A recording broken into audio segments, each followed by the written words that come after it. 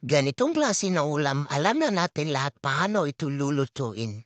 Pero ipapakita ko pa rin sa inyo paano ko niluto para may content naman tayo. Kung ayaw nyo, i-skip nyo na lang ganun. Ayan, dinurog ko ang may wagang bawa nang sa gayon lumabas ang kanyang katas at madali na lang rin mabalatan kasi durog na siya. Maraming bawang ang gagamitin ko para sa sinangag na kanin. Garlic rice kaya maraming bawang. Binalatan ko na rin ang maywakang patatas para isahog ko sa corned beef na kahit paano, may gulay naman ang ulam namin kahit dilata lang. Siyempre, huhugasan natin yan at ibabad sa tubig para hindi mangingitim. Hiniwa ko lang ng pa-cube-cubes at after no naganda din ako ng 2 itlog at linagyan ko ng konting asin. Tapos set aside muna at binuksan ko ang mahiwagang corned beef. Buti na lang mayroon kaming abrilata. Kung wala, magtiis ako sa kutsilyo na muntik nang masugatan ang mga kamay ko dahil patigas ang lata. At set aside muna. At ayan, sinalang ko na ang maiwagang kawali para makapagluto na. Naglagay ako ng konting mantika at pagkatapos sinuna ko sa pagluto ang patatas. Linuto ko lang ng 3 minutes, hindi kasi kailangan tagalan pa kasi lulutuin pa natin yan mamaya.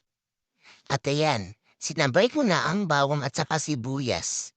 Hindi naman yan mag-away kung isabay sila.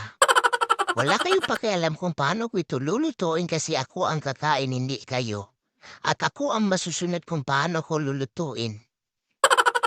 Pagkatapos ko mailagay ang mayawagang corned beef, ayan, mekos-mekos lang hanggang sa mga golden brown. Mas gusto ko ang tostado siya at lutong-luto para mawala yung amoy na galing sa lata.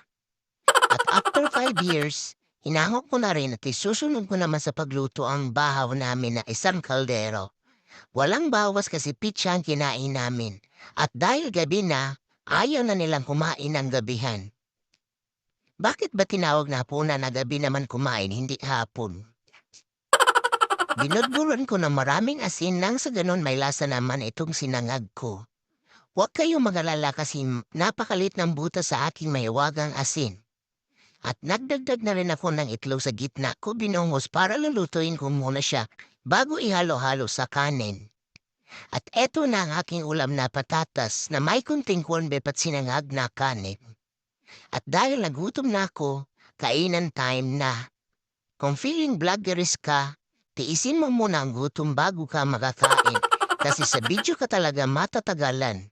Ang hirap kasi anggol ang kamera ng sariling sikap lang kasi para may video ka.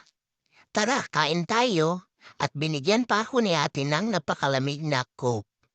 Minsan na lang kami makainom ng soft drinks kasi ayaw nila mama sa mga acid.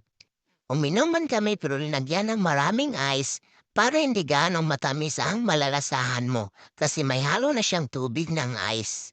At yun lang muna for today. Daghang salamat.